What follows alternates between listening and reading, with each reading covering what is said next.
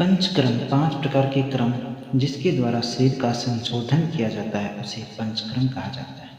पंचक्रम के अंतर्गत वमन, विरेचन, अनुवासन, निरोह, नस्य को समावेश किया जाता है। पंचक्रम का प्रयोजन। पंचक्रम 3 भागों में बटा हुआ है। स्वस्थस्य स्वास्थ्य रक्षणम, आतुरस्य विकारोपशमनम, रसायनम वाजीकरणम। पंचक्रम के भाग। पंचक्रम मल शोधन, प्रतिमर्श, नस्य, मात्रा बस्ती, करण पूरण, दंतमंजन, स्नान, अभ्यंग, शिरोअभ्यंग, औषध धूम्रपान ये प्रतिदिन प्रयोग कर सकते हैं। चिकित्सा। आचार्य चरक के अनुसार चिकित्सा 2 प्रकार की होती है, एक तो शोधन चिकित्सा और दूसरी होती है शमन चिकित्सा। आचार्य चरक ने शोधन चिकित्सा को सर्वप्रथम माना है। आचार्य चरक ने शोधन चिकित्सा का वर्णन किया है। पंचक्रम के भाग। पंचक्रम के 3 भाग होते हैं, पूर्वक्रम, प्रधान क्रम और पश्चात क्रम। पूर्वक्रम 3 भागों में बटा हुआ है, प्रधान क्रम 5 भागों में बटा हुआ है, वैसे ही पश्चात क्रम 3 भागों में बटा हुआ है। पूर्वक्रम रोगी को कर्म के योग्य बनाना पूर्वक्रम कहलाता है। पूर्वक्रम आचार्य सुश्रुत के अनुसार 3 पार्ट्स होते हैं, पाचन, स्नेहन और स्वेद। प्रधान क्रम आचार्य सुश्रुत के अनुसार प्रधान क्रम 5 प्रकार के होते हैं। आचार्य चरक भी प्रधान क्रम 5 प्रकार से माना है। सुश्रुत के अनुसार प्रधान क्रम वमन, विरेचन, बस्ती, नस्य और रक्तमोक्षण। इसी प्रकार से आचार्य चरक के अनुसार वह प्रधान क्रम वमन, विरेचन, निरोह, अनुवासन और शिरोबस्ती। आचार्य चरक ने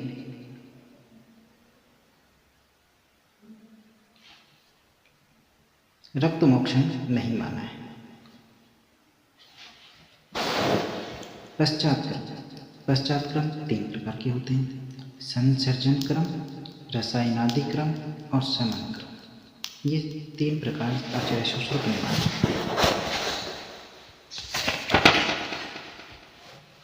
पंचक्रम करने से पहले रोगी की जठराग्नि की रक्षा की जाती है। जठराग्नि की रक्षा हेतु दीपन पाचन औषधियाँ दी जाती हैं। जठराग्नि की रक्षा हेतु दीपन पाचन औषधियाँ दी जाती है। पंचक्रम में सबसे पहले पाचन द्वारा संशोधन आवश्यक होता है। स्नेहन पूर्व क्रम भी है और किन्हीं रोगों में स्नेहन प्रधान क्रम के रोग में भी काम आता है। स्नेहन से 80 प्रकार के रोगों का इलाज किया जा सकता है। स्वेद में क्लेद की मात्रा अधिक होती है। चिकित्सा के उपक्रम। आचार्य चरक ने चिकित्सा के 6 उपक्रम चरक सूत्र में बताए हैं। स्वेद में क्लेद अधिक होने पर वह मूत्र या स्वेद के रूप में बाहर निष्कासित होता है। स्नेहन से शरीर के दोषों का विलयन होकर उनमें श्रावण गुण उत्पन्न हो जाता है। स्नेहन क्रम पूर्व क्रम के साथ साथ स्वयं प्रधान क्रम वह चिकित्सा भी है। स्नेहन के प्रकार। स्नेहन 2 प्रकार का होता है, बाह्य स्नेहन और आभ्यंतर स्नेहन। स्नेहन का चतुष्प्रयोग होता है, अभ्यंग, नस्य, पान और बस्ती, जिसमें अभ्यंग बाह्य स्नेहन है, नस्य, पान, बस्ती ये आभ्यंतर स्नेहन है। अभ्यंग अभि प्लस अभि उपसर्ग के साथ अंग धातु में अभि उपसर्ग लगने से अभ्यंग शब्द बना है, जिसका अर्थ होता है गतियाँ कराना। बाह्य स्नेहन 14 प्रकार के होते हैं, अभ्यंग, लेप, उदरतन, उत्सादन, मर्दन, पादाघात, परिषेक, संवाहन, गंडूस, मूर्धतेल, अक्षितर्पण, नासातर्पण, कर्णपूरण, मास्तिक्य और स्नेहावगाहन। अभ्यंग के काल। अभ्यंग 15 मिनट में से लेकर 60 मिनट तक किया जाता है। अभ्यंग का काल। आचार्य डलहर के अनुसार अभ्यंग 300 मात्रा 65 सेकंड में 300 मात्रा होती है। जो स्नेह है त्वचा के रोमांच में पहुंच जाता है। इस काल में 65 सेकंड में स्नेह है त्वचा के रोमांच तक पहुंच जाता है। 400 मात्रा 133 सेकंड में पूरी होती है। इस टाइम पीरियड में स्नेह त्वचा में पहुंच जाता है। 600 मात्रा 190 सेकंड का होता है और इस टाइम पीरियड में स्नेह रक्त में पहुंच जाता है। 700 मात्रा स्नेह 128 सेकंड की होती है और इस टाइम पीरियड में स्नेह मेद तक पहुंच जाता है। 800 मात्रा 240 सेकंड की होती है। इस टाइम पीरियड में स्नेह अस्थि में पहुंच जाता है। 900 मात्रा 285 सेकंड की होती है और इस टाइम पीरियड में स्नेह अस्थि मज्जा में पहुंच जाता है। एक मात्रा स्नेह की एक मात्रा 19/60 सेकंड की होती है, यानी कि 1 सेकंड का 19वां भाग। मात्रा के अनुसार अभ्यंग करने में लगभग 5 मिनट का समय लगता है। मात्रा के अनुसार अभ्यंग करने में पूरे शरीर पर लगभग 45 मिनट का समय लगता है। एकांग पर अभ्यंग करने पर कम से कम 15 मिनट लगते हैं। अभ्यंग के पश्चात उष्णोदक स्नान जरूरी होता है। अभ्यंग लगातार 7, 14, 21 और 28 दिन तक करना चाहिए। अभ्यंग के गुण। अभ्यंग से जराहर, श्रमहर, वातहर, पुष्टिकर, दृष्टिकर, प्रसादकर, आयुष्यकर, स्वपनकर, त्वक दाढ़ेकर, क्लेश सहत्व, अभिघात सहत्व, कंपवात, निरोधन एवं वर्णकर होती है। अभ्यंग में प्रयुक्त स्नेह। वात दोष में नारायण तेल, महानारायण तेल, मास तेल, धन्वंतरम तेल, कार्पास संस्थानिक नादी तेल, कोटोचुक्कादि तेल। पित्त दोष में क्षीरबरा तेल, शतावरी घृत, चंदन, कर्पूरादि तेल, मंजिष्ठादि तेल, पंचतिक्त घृत। और कफ दोष में सहचरादि,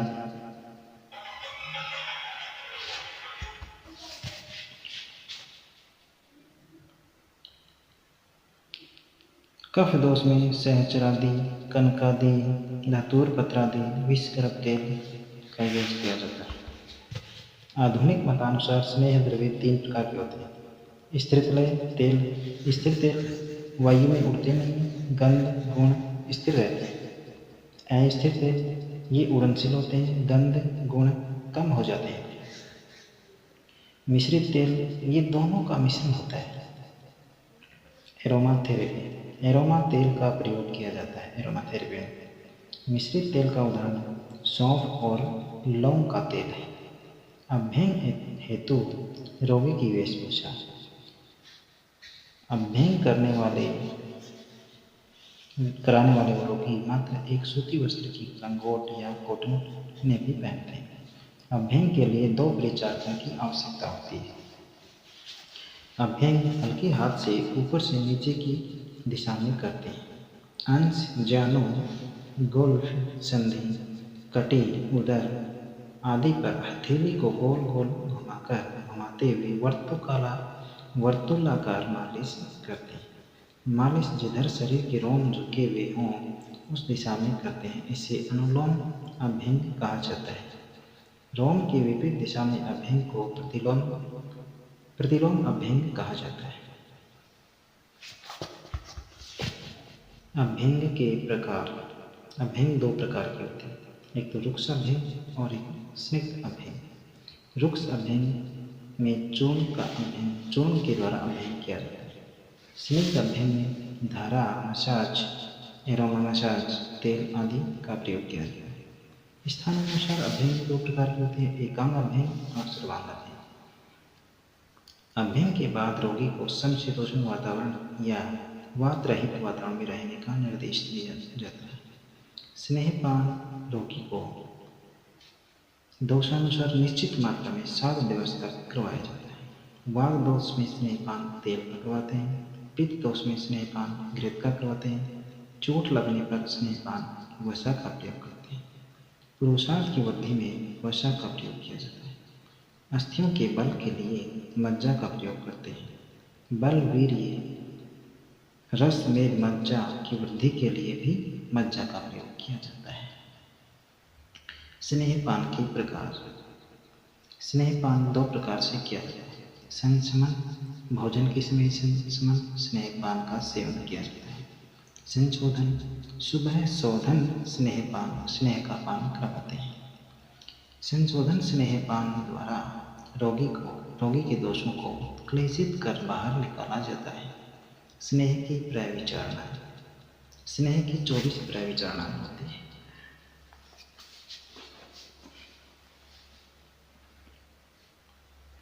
मांस रस, दूध, दही, यवागो, मांस, ओदन, विलेपी, सूप, ह्यूस, शाक, काम्बलिक, सत्तू, खड, तिलकल्क, मद्य, भक्ष्य, अभ्यंजन, लेह, बस्ती, गंडूस, उत्तर बस्ती, अक्षित पूरण, नश्यकरण और करण तेल। ये वाला 6 गुना जल और चावल का लिया जा सकता है।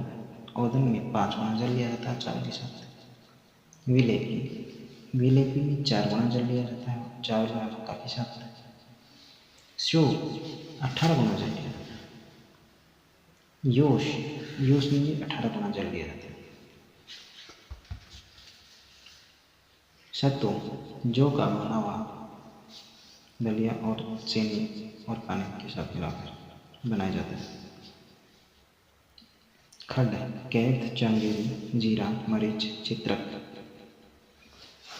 और मट्ठा को गरम करके खड बनाया जाता है। अभ्यंजन औषध से सिद्ध स्नेह की मालिश करना अभ्यंजन कहलाता है।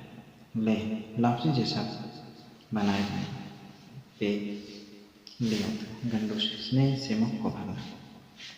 स्नेहपान का काल शरद ऋतु में घृत, बसंत ऋतु में वसा व मज्जा, वर्षा ऋतु में तेल। अत्यंत शीत एवं अत्यंत उष्ण काल में स्नेह का सेवन नहीं करना चाहिए। वात पित्त प्रधान दोषों में तथा ग्रीष्म ऋतु में रात्रि के समय स्नेहपान करवाते हैं। वात का प्रधान दोषों तथा शीत ऋतु में स्नेहपान आसमान साफ हो तथा सूर्य का प्रकाश सहन करने योग्य हो तब स्नेहपान करवाते हैं। स्नेहपान की अवधि मनुष्य की पोस्ट पर निर्भर करती है। मृदु कोष्ठ में 3 दिन स्नेहपान करवाते हैं। मध्यम कोष्ठ में 4 से 6 दिन स्नेहपान करवाते हैं और क्रूर कोष्ठ में 7 दिन तक स्नेहपान करवाते हैं। मृदु कोष्ठ में पित्त प्रकोप होता है। मध्यम कोष्ठ में कफ प्रकोपित रहता है और क्रूर कोष्ठ में वात प्रकोपित रहती है।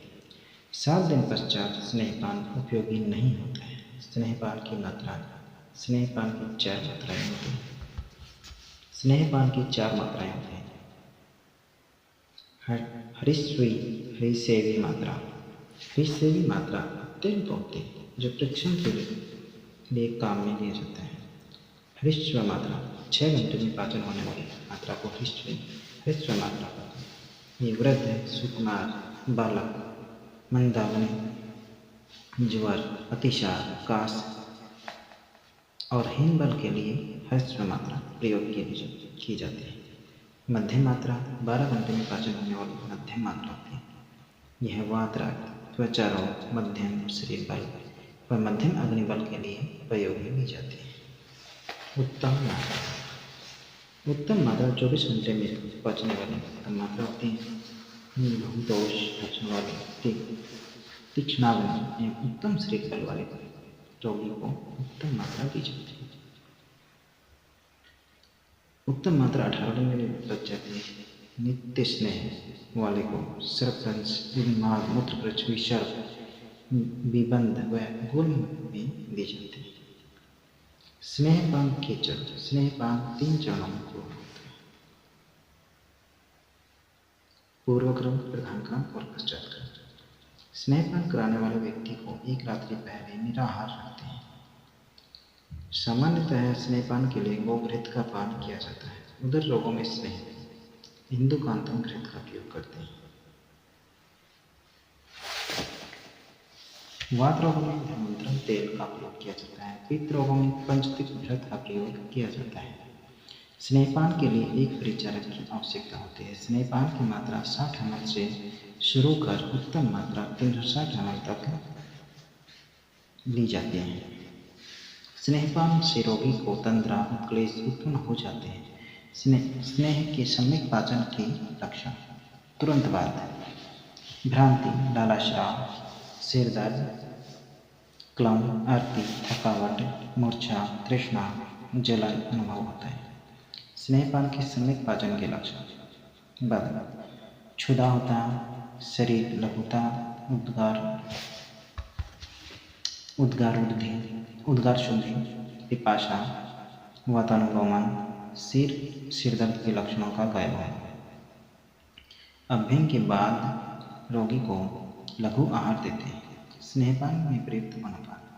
घृतपान के पश्चात गर्म पानी दिया जाता है। तेलपान के पश्चात यूज दिया जाता है। वसापान के पश्चात मंड या पेय दी जाती है और मज्जापान के पश्चात मंड या पेय दी जाती है। स्नेहपान के हीन योग के लक्षण।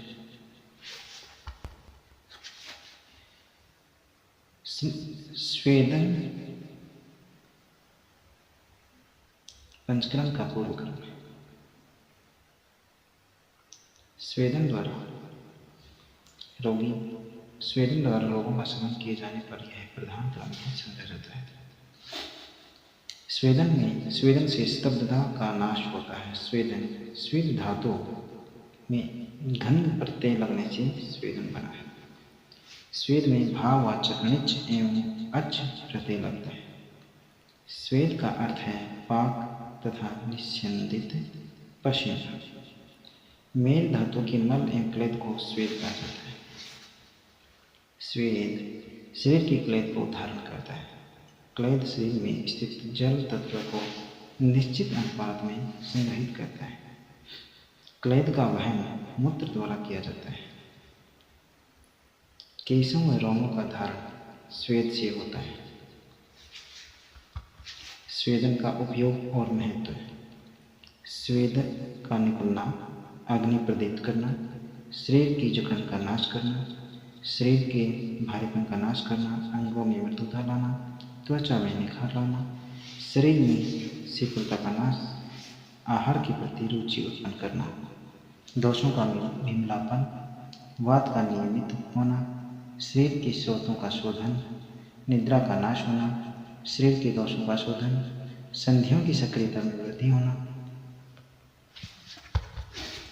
आचार्य चरक के अनुसार स्वेदन के 10 निराग्नि भेद हैं और 13 साग्नि भेद हैं। निराग्नि 10 स्वेद निम्न प्रकार से।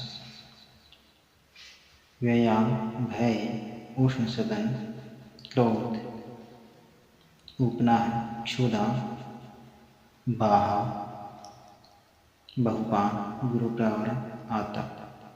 साग्नि 13 स्वेद होते हैं।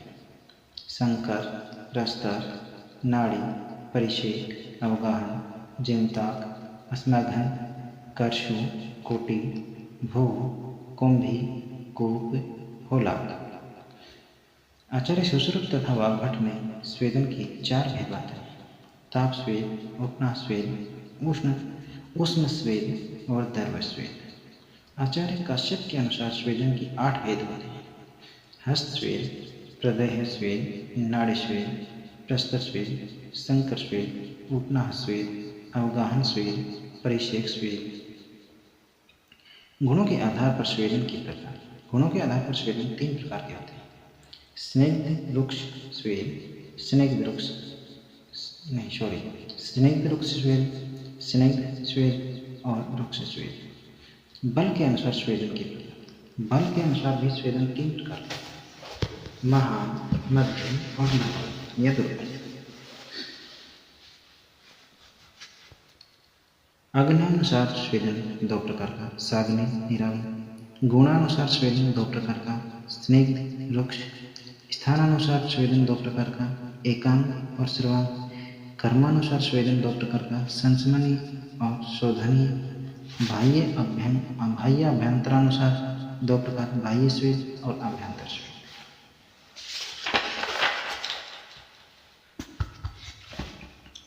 स्वेदोपक गण। स्वेद की उत्पत्ति में सहायता करने वाले द्रव्यों को स्वेदोपक द्रव्य कहा जाता है। ये यव, उड़द, तिल, पुनर्नवा दोनों, श्वेत और रक्त, शोभांजन, कुलत, मदार, बेर, एरण्य आदि ये स्वेदोपक गण हैं। पिंड स्वेदन में प्रयुक्त द्रव्य। पिंड स्वेद में तिल, मांस, कुलत और ओदन, अम्लीय द्रव्य, घृत, तेल, मांस, पायस, कृष्णा, गवादि, तुष, यव, बालू आदि पिंड स्वेद में काम में लिए जाते हैं। नाड़ी स्वेद में तथा अवगाह स्वेद में उपयोगी द्रव्य। वरुण, गुड़ुचि, शीघ्रो, मूलक, सरसक, वाशा, वंशवांस, करंज, अर्क, अस्मंतक, मालती, सेरिये, तुलसी, पंचमूल, गंधद्रन। उपनाह में सहायक सुश्रुतोक्त काकोल्यादि द्रव्य।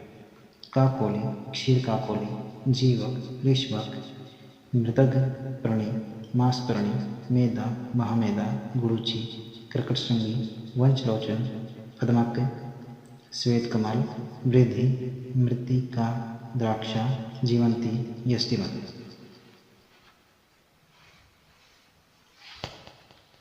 प्रस्तर स्वेदोपयोगी द्रव्य। सूख धान्य और समी धान्य।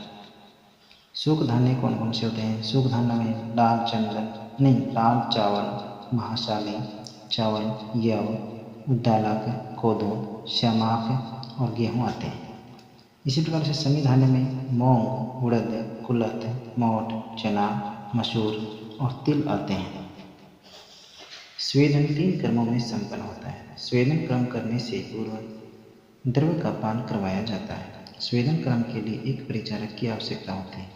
स्वेदन क्रम के पश्चात उचित मात्रा में द्रव्य पान कराया जाता है ताकि स्वेदन क्रम के पश्चात जल की कमी न हो। स्वेदन क्रम में आंखों में जलन होने पर आंखों पर शीतल कमल पुष्पादि की पट्टी बांध देते हैं।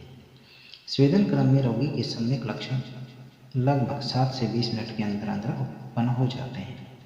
स्वेदन व्यापार जलाल्पता, तंद्रा, मूर्छा और उत्क्लेश हो जाते हैं। स्वेदन पश्चात रोगी को लघु आहार यथा यवागवा पेय दिया जाता है। स्वेदन पश्चात रोगी को समशीतोष्ण जगह में रखते हैं। संकर स्वेदन को पिंड स्वेदन भी कहा जाता है। संकर स्वेदन में द्रव्यों को पिंडाकार बनाकर स्वेदन करते हैं। संकर स्वेदन में द्रव्यों से शरीर में साक्षात ताप पहुंचाया जाता है, अतः इसे ताप स्वेदन भी कहा जाता है। संकर स्वेदन के प्रकार। संकर स्वेदन 2 प्रकार का होता है, रुक्ष स्वेदन और स्निग्ध स्वेदन। स्निग्ध संकर स्वेदन मांस, चावल, तिल आदि को खीर, मांस रस तथा अन्य वर्ग के द्रव्य के साथ पकाकर रोटी बनाकर फिर उष्ण पायस, दुग्ध या मांसरस में पुनः डुबाकर स्वेदन करना स्निग्ध स्वेदन कहलाता है। स्निग्ध संकर स्वेदन का प्रयोग वात व्याधि या वात प्रधान रोगों में होता है। रुक्ष संकर स्वेदन सूखे द्रव्य यथा बालू, पशु पुरीश, लोहे का पिंड आदि की पोटली को गर्म करके स्वेदन करना रुक्ष संकर स्वेदन होता है। बालू का स्वेदन रुक्ष संकर स्वेदन है। बालू का स्वेदन का प्रयोग आमदोष, उरुस्तंभ, मेदोरोग, ग्रंथि, कफज विकार और क्षयशूल में इसका प्रयोग किया जाता है। संधियों पर वर्तुलाकार बालू का स्वेदन करते हैं। लंबे अंगों पर दीर्घाकार स्वेदन करते हैं। प्रस्तर स्वेदन पट्टी पत्थर की ओर 2 फुट ऊंचा रखकर उस पर जौ, गेहूँ, उड़द, मूंग आदि के उष्ण कल्क को बिछाकर उस पर रोगी को सुला देते हैं और चादर उड़ा देते हैं। पट्टी का मेजरमेंट 6 × 2.5 × 2 फुट होता है। सूख धान्य चावल, गेहूँ, जौ आदि होते हैं। समी धान्य उड़द, मूंग, चना, कुल्थी आदि होते हैं। शुद्ध धान्य टंगोनी, चीना, चावा और कोदो होते हैं। विश्वास निरस्थि मांस को वेश्वार कहा जाता है, अर्थात अस्थि रहित मांस को वेश्वार कहा जाता है।